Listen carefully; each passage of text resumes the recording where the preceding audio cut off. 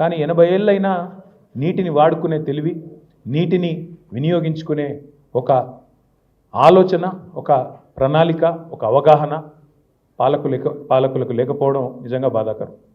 ఇవాళ కరెంటు లేని ఊర్లు ఉన్నాయి.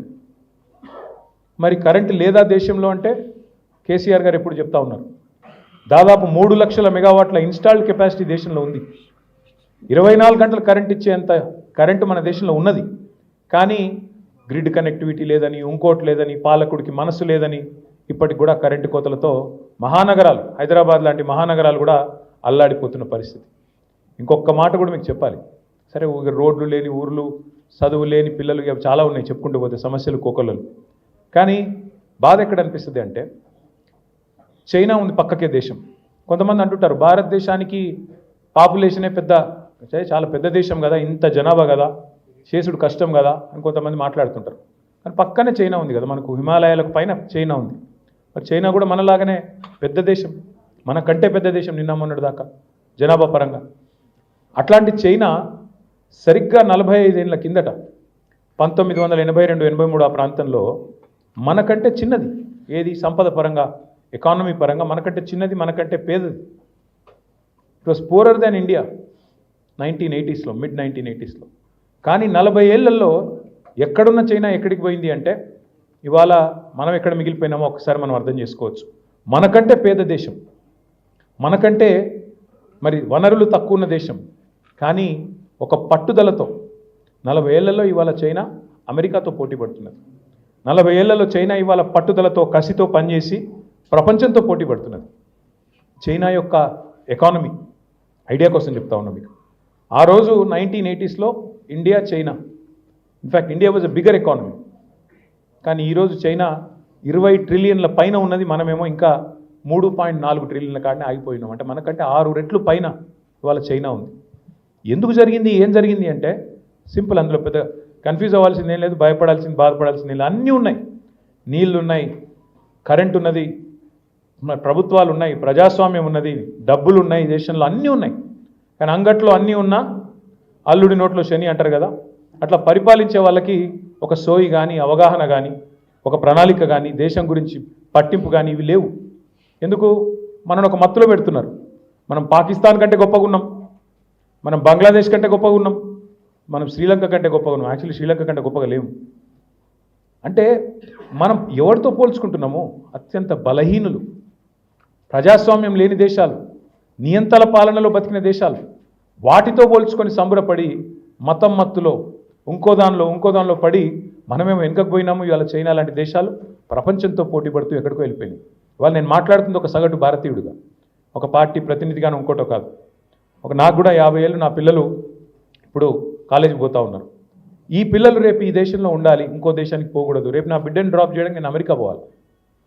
ఎందుకు పోవాలా మన పిల్లలు అమెరికాకు, ఇంకొకడికి ఎందుకు చదువుకోనికి? నేను అడిగిన నా బిడ్డని, ఇక్కడనే చదువుకో, ఎందుకు పోవాలని. ఇక్కడ అంత గొప్ప కాలేజీలు ఏడున్నాయి అంటే నేను ఏం చెప్పాలి? అక్కడ ఉన్నంత గొప్ప కాలేజీలు ఇక్కడ ఉన్నాయా? ఏం చెప్పాలి? లేవు. వాస్తవాలు మాట్లాడుకుంటే.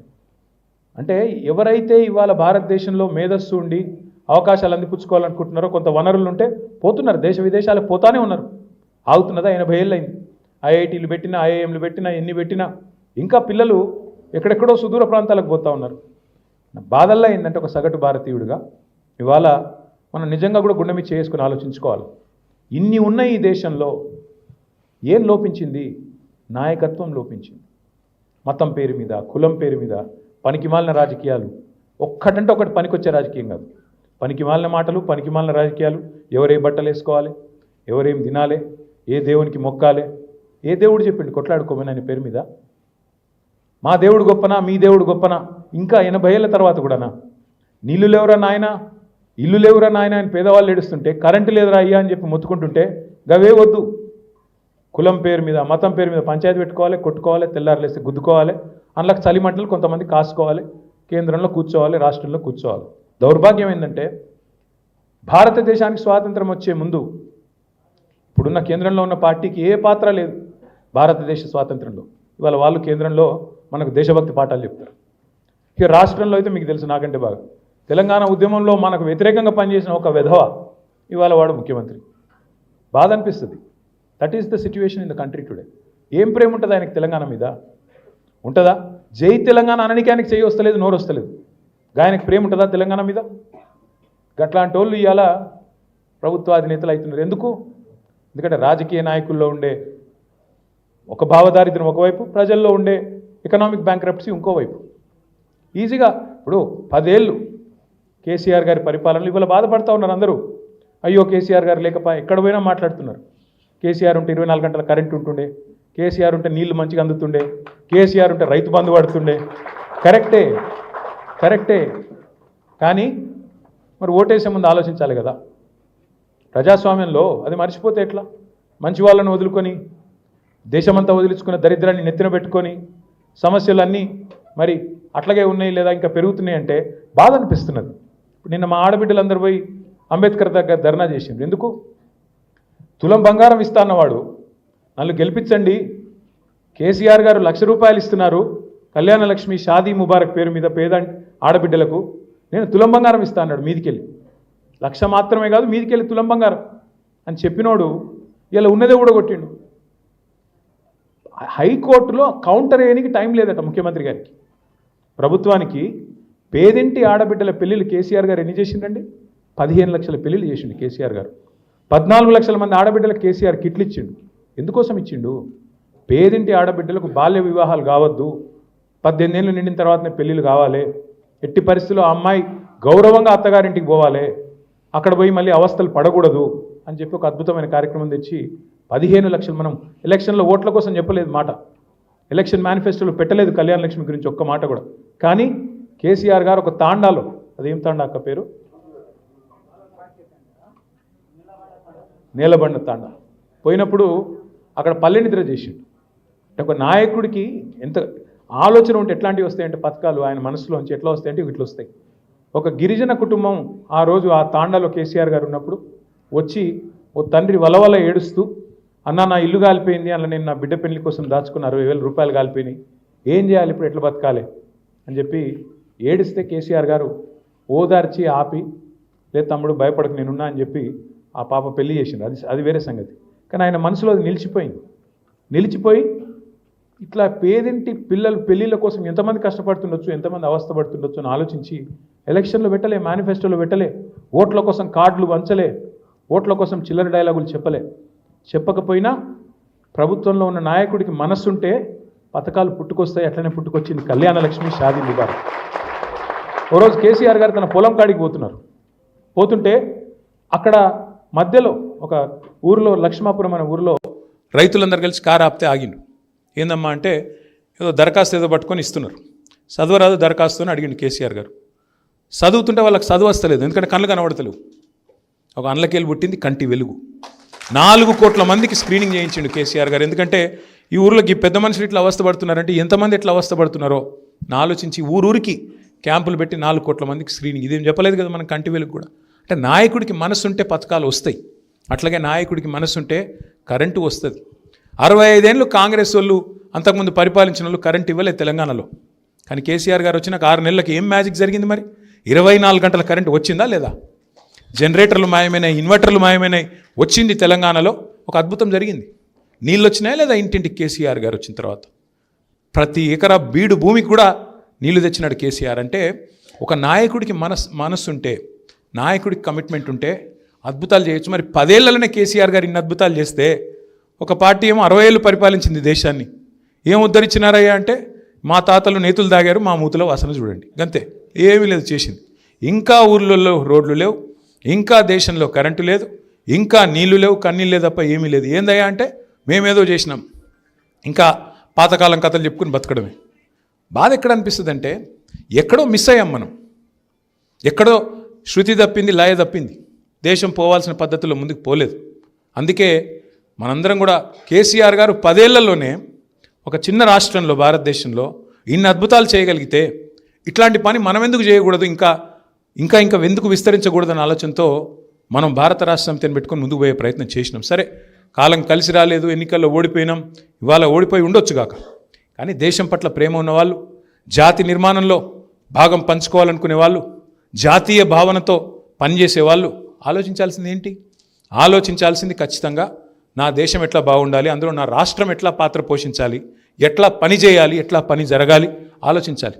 ఎంత భావదారిద్ర్యం అంటే ఇవాళ రాజకీయాల్లో కేంద్రంలో ఉన్న పార్టీ బీజేపీ వాళ్ళు మాట్లాడతారు డబల్ ఇంజన్ అట. ఏం డబల్ ఇంజన్? దేనికి డబల్ ఇంజన్? డబల్ ఇంజన్ ఉంటేనే అభివృద్ధి. ఎక్కడ డబల్ ఇంజన్ అభివృద్ధి? తెలంగాణ కంటే ఒక తెలంగాణలోని సింగిల్ ఇంజనే మీ డబుల్ ఇంజన్ కంటే ఎక్కువ మూత మోగించలేదా?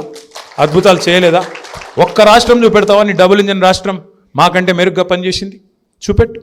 అయినా ఉండాల్సింది కేంద్రంలో ఉండే పాలకులకు డబుల్ ఇంజన్ కాదు కదా విధానం. 28 ఇంజన్లు ఉన్నాయి దేశంలో, 28 రాష్ట్రాలు ఉన్నాయి. 28 ఇంజన్లు ఎక్కడికక్కడ గట్టిగా ఛార్జ్ అయ్యి గట్టిగా ఉరికితే, ఒక ఇంజన్ ఇంకో ఇంజన్తో పోటీపడి ఉరికితే అప్పుడు దేశం ఉరుకుతుంది. కానీ డబుల్ ఇంజన్, ఇక్కడ కేసీఆర్ ఉంటే మేము సపోర్ట్ చేయం, మా ఖిలాఫ్ ఉంటే మేము కేసులు పెడతాం, మా ఖిలాఫ్ ఉంటే జైళ్ళలో పెడతాం, మా ఖిలాఫ్ ఉంటే సతాయిస్తాం, దేశం ఎక్కడైనా పోని, రాష్ట్రం గంగలో పోని, మీరు అడిగింది ఇయ్యం. నేను అడుగుతున్నా ఇవాళ కేంద్ర ప్రభుత్వాన్ని, హైదరాబాద్ మెట్రో మీరు పర్మిషన్ ఇయ్యరు. మేము ప్రభుత్వం ఉన్నప్పుడు 2021లో పోయి అడిగినాం, అయ్యా మా లక్డికాపూర్ నుంచి BHEL దాకా పిచ్చి ట్రాఫిక్ ఉన్నది, మెట్రో పర్మిషన్ ఇవ్వయా స్వామి అంటే, ఇక్కడ మీకు ట్రాఫిక్ లేదు అని చెప్పి పక్కకు పెట్టిండు. ఎక్కటోళ్ళు లేరు, ఎక్కువ గిరాకీ లేదు మీకు అని చెప్పి ఇయ్యలే పర్మిషన్. కానీ ఎక్కడనో ఎలక్షన్లు ఎక్కడుంటే అక్కడ ఇస్తారు. ఉత్తరప్రదేశ్లో ఇక్కడ చిన్న చిన్న నగరాలు, మీరట్, ఇంకేదో బుడ్డ నగరాలు ఉంటాయి, వాటికి మాత్రం మెట్రోలు కడతా ఉన్నారు. ఇంతకంటే సిగ్గుమాలిన పని. అందరూ బాగుండాలని కోరుకోవాలి కానీ సబ్కా సాత్ సబ్కా వికాస్ అంటాడు. ఏది సబ్కా సాత్ సబ్కా వికాస్? ఏది నీ పరిపాలన లేని నీతో అలైన్ కానీ రాష్ట్రాలను వెన్నుపోటు పడవడమే సబ్కా సాత్ సబ్కా వికాసా? ఇదేనా రాజకీయం ఈ దేశంలో ఉండాల్సింది 80 ఏళ్ల తర్వాత? జాతీయ భావన, జాతిని మేమే పొడుస్తున్నాం, ఏదో చేస్తున్నాం అని చెప్పుకునే వాళ్ళు చేయాల్సిన పని ఇది. బాధ ఎక్కడ అనిపిస్తుంది అంటే, ఒక సగటు భారతీయుడిగా శ్రీలంకకు పోయినా, మలేషియాకు పోయినా, మనకంటే బుడ్డ దేశాలు, చిన్న దేశాలు, మన తర్వాత ఎప్పుడో స్వాతంత్రం వచ్చిన దేశాలు ఎక్కడో వెళ్ళిపోయినాయి ముంగటికి. మనం మాత్రం ఎక్కడేసిన గొంగలు అక్కడనే అన్నట్టు కులము మతము గిదే లొల్లి గిదే బొబ్బ. తెల్లారు లేస్తే ఏం చేయాలి, ఏ దేవునికి మొక్కాలి, ఎవరితో ఎవడు కొట్లాడాలి, ఎవరితో ఇట్లా పంచాయతీ పెట్టుకోవాలి, గిదే పని, ఇంకోటి లేదు, వేరే ఏం లేదు. ఇంకా రాజకీయం ఎలక్షన్లు రాగానే ఏదో ఒకటి చేసి మళ్ళా కోపం తెప్పియాలి, ప్రజల్లో ఒక రకమైన పోలరైజేషన్ తేవాలి, అవసరమైతే అక్షంతలు వంచాలి, లేకపోతే ఇంకోటి చేయాలి, మొత్తానికి ఓట్లు వేయించుకోవాలి, మళ్ళీ 5 ఏళ్ళు టైంపాస్ చేయాలి. ఏం సాధించినాం? లేకపోతే బాధతో చెప్తా ఉన్నా, ఎలక్షన్లు గెలుస్తాం ఓడుతాం, కానీ దేశం శాశ్వతం, రాష్ట్రం శాశ్వతం, మన పిల్లల భవిష్యత్తు ఉండాలి అంటే నాయకత్వాన్ని సరిగ్గా ప్రజలు ఎన్నుకోవాలి. తప్పకుండా నాకైతే విశ్వాసం ఉంది, మళ్ళీ తెలంగాణ పట్టాలు ఎక్కుతుంది. టైం పడుతుంది, ఇంకో 2 ఏళ్ళు డెఫినెట్గా ఉన్నది, ఇంకా టైం. నాకు నిన్న ఆయన మాటలు వింటుంటే నవ్వొచ్చింది. ముఖ్యమంత్రి గారు మాట్లాడుతున్నారు నిన్న, చాలా ఆశ్చర్యం కూడా అనిపించింది. నేను 18 గంటలు పని చేస్తున్నా కాబట్టి నన్నే గెలిపియండి అంటున్నాను. మళ్ళా 18 గంటలు పని చేస్తున్నట్టు. అవును, చేస్తున్నావు, నిజమే. ఏం చేస్తున్నావు 18 గంటలు? కొండలు ఎట్లా కొల్లగొట్టాలి, మన తిరుపతి రెడ్డి గారికి కొత్తగా గిరిజనుల భూములు గుంజుకొని లగచర్ల గుంజుకున్నట్టు ఎట్లా ఇవ్వాలి, అల్లుడికి ఆస్తులు ఎట్లా ఇవ్వాలి, అట్లాగే ఇంకొక ఆయన తమ్ముని పేరింది ఆ జగదీశ్వర్ రెడ్డి. అంటే మొత్తాన్ని నీ కుటుంబాన్ని అదాని కుటుంబం కంటే పెద్దది ఎట్లా చేయాలి, గదే ఎజెండాలో పని చేస్తున్నావు. నువ్వేం చేస్తున్నావు? లేకపోతే ఉన్న స్కీములు ఊడగొట్టి కళ్యాణ లక్ష్మి ఊడగొట్టిండు. ఆయన మరిగా మనం కూడా ఆలోచించాలి, ఏం చేయాలి పార్టీగా. ఉన్న కళ్యాణ లక్ష్మి ఊడగొట్టిండు, రైతు బీమా ఊడగొట్టిండు, కేసీఆర్ కిట్లు ఊడగొట్టిండు. ఒకటి కాదు కదా, కొత్త ఏదో తెస్తాడనుకుంటే ఉన్న పథకాలు ఊడగొట్టిండు. ఇంత ఘోరమా? అందుకే ఆలోచించవలసింది, ఇవాళ తెలంగాణ ప్రజలు కూడా అర్థం చేసుకోవాల్సింది, తొందరపాటుతనంతో ఆగమాగమయ్యి కన్ఫ్యూజ్ అయ్యి ఎలక్షన్ రాగానే ఏదో చిన్న కోపాల తాపాలతోని ఆగమాగమైతే 5 ఏళ్ళు. పెద్ద ఆయన చెప్పిండు కేసీఆర్ గారు, మోసపోకండి, మోసపోతే గోసపడతారు. ఇలా యూరియా కోసం రైతులు కాళ్ళు పట్టుకుంటా ఉన్నారు.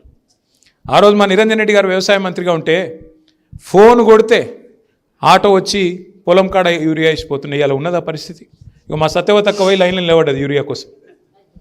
పరిస్థితి ఏంటంటే ఇవాళ అది మన నాయకురాలు కూడా చివరికి వాళ్ళ పొలంకు యూరియా కావాలంటే కూడా పోయి అడుక్కునే పరిస్థితి వచ్చింది ఆ లైన్లలో నిలబడి. రైతులైతే నిన్న చూసిన, నేను ఒక VRO కాళ్ళు పట్టుకుంటున్నాడు, ఒక రైతు, ఒక VRO కాళ్ళు పట్టుకుని, సారు నాకు ఒక యూరియా బస్తా అయ్యి అని చెప్తున్నాడు. ఈ పరిస్థితి ఇవాళ దేశంలో ఉన్నది. నా ప్రార్థన మీ అందరితో, దయచేసి దేశం బాగుపడాలి అనుకున్నప్పుడు ఆ పని మన ఇంట్లోంచే మొదలు కావాలి. మన ఇంట్లోనే మన రాష్ట్రంలోనే, మన నగరంలోనే, మన పట్టణంలోనే, మన వార్డులోనే, మన గ్రామంలోనే పని మొదలు కావాలి. తప్పకుండా మళ్ళీ కేసీఆర్ లాంటి నాయకుడు ఉంటే నాకైతే విశ్వాసం ఉంది. దేశానికి మనం ఎట్లా కాంట్రిబ్యూట్ చేసినామంటే, మన జనాభా భారతదేశంలో కేవలం 2.7, 2.8% మాత్రమే. కానీ జాతి నిర్మాణంలో మన పాత్ర ఎంత పెద్దది అంటే 5.2% మన కాంట్రిబ్యూషన్ జీడిపికి, భారతదేశం జీడిపికి. అంటే జాతి నిర్మాణంలో భారతదేశాన్ని సాదుతున్న రాష్ట్రాల్లో తెలంగాణ ఒకటి అని చెప్పి తెలంగాణ బిడ్డగా గర్వంగా చెప్పుకోవచ్చు. మీరు we are punching double our weight. గొప్పతనం అది తెలంగాణది. ఇక్కడ నాయకత్వ పటిమ ఉండే.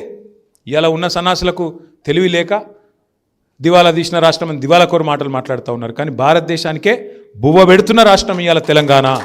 భారతదేశాన్ని సాదుతున్న రాష్ట్రాల్లో ఒకటి తెలంగాణ. అట్లాంటి తెలంగాణను తిరిగి పట్టాలెక్కించాలి అంటే తప్పకుండా మళ్ళీ నాయకత్వం కావాలి. నాయకుడికి ఆ సమర్థత ఉండాలి. అది ఉన్న నాయకుడు, తెలంగాణను ప్రపంచంలో అందరికంటే ఎక్కువ ప్రేమించే నాయకుడు మన నాయకుడు కేసీఆర్ గారు మాత్రమే. అట్లాంటి నాయకుడిని తిరిగి మనం తెచ్చుకోవాలి.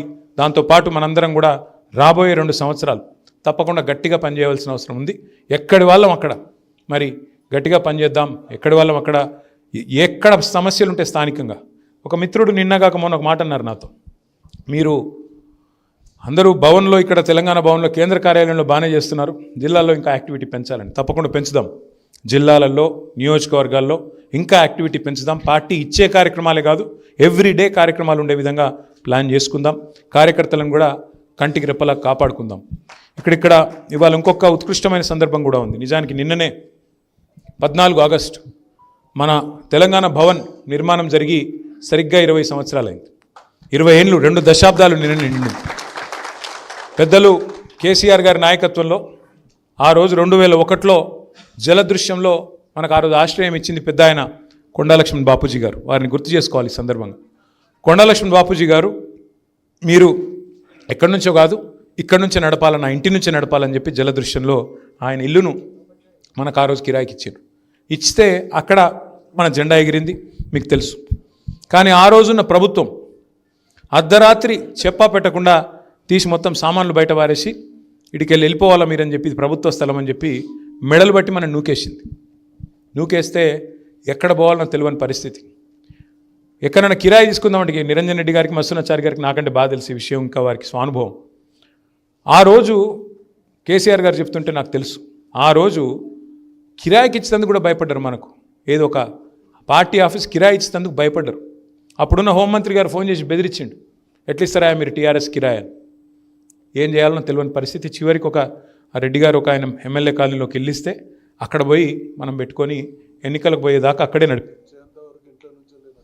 ఇచ్చేంత వరకు మన నందినగర్లో కేసీఆర్ గారు ఇంటి నుంచే నడిపినాం. అది కూడా అప్పటి వరకు ఆ 6 months దాకా అక్కడి నుంచి నడిపిన పరిస్థితి.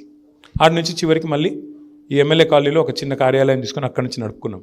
ఆ తర్వాత 2004లో ప్రజల దయతోని ఆ రోజు యూపీఏ ప్రభుత్వంలో కేసీఆర్ గారు అక్కడ చేరినారు. ఇక్కడ కాంగ్రెస్ ప్రభుత్వంలో మన వాళ్ళు ఆ రోజు ఉమ్మడిగా పోరాడి వచ్చినాం కాబట్టి 6 మంత్రులు ఉండే. అప్పుడు కేసీఆర్ గారు పట్టుబట్టి వెంటనే మనకు పార్టీ ఆఫీస్ కట్టాలి అని చెప్పి పట్టుబట్టి ఈ స్థలం ఎంపిక చేసినారు. నాకు బాగా గుర్తుంది, నేను ఢిల్లీలో ఉన్నప్పుడు ఎట్లా ఉండాలి డిజైన్ అని చెప్పి దీని మీద చర్చోపచర్చలు జరుగుతున్నాయి. మరి ఇలా ఆర్కిటెక్ట్ గారు వచ్చినట్లేరు. నరసింహారావు గారిని ఒక ఆర్కిటెక్ట్ నేనే తీసుకొచ్చిన, మా ఫ్రెండ్ వాళ్ళ కన్స్ట్రక్షన్ కంపెనీకి ఆర్కిటెక్ట్ ఆయన. ఆ నరసింహారావు గారిని పట్టుకొస్తే సార్కి ఆయన ఒక 4-5 డిజైన్లు చూపెట్టినాడు. సార్కి ఏం నచ్చలేదు. ఇట్లా కాదా ఇట్లా కాదా ఇట్లా కాదా అంటున్నారు. ఏమున్నా సార్ మనసులో అర్థం కాలేదు. నేను అనుకోకుండా అప్పుడే కలకత్తా పోయినా. కలకత్తా పోతే అక్కడ ఒక అద్భుతమైన బిల్డింగ్ ఉంటుంది, విక్టోరియా మెమోరియల్ అని ఒక బిల్డింగ్ ఉంటుంది కలకత్తాలో.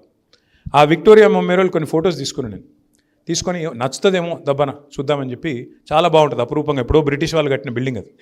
ఆ విక్టోరియా మెమోరియల్ బిల్డింగ్ తీసుకొచ్చి సార్కి చూపెట్టిన. ఇది ఎట్లున్నది సార్ అంటే, సార్ అన్నారు బాగానే ఉంది కానీ ఇందులో అంతా ఇంగ్లీష్ వాసన ఎక్కువ ఉంది, బ్రిటిష్ వాళ్ళ వాసన ఎక్కువ ఉంది, అట్లా కాదు, మన దగ్గర మన స్టైల్లో, మన డెక్కనీ స్టైల్లో కట్టాలి, దీన్ని బేస్ చేసుకోండి అని చెప్పి ఆర్కిటెక్ట్కి దీన్ని బేస్ చేసుకొని దీనికి ఇట్లా చేస్తే బాగుంటుంది.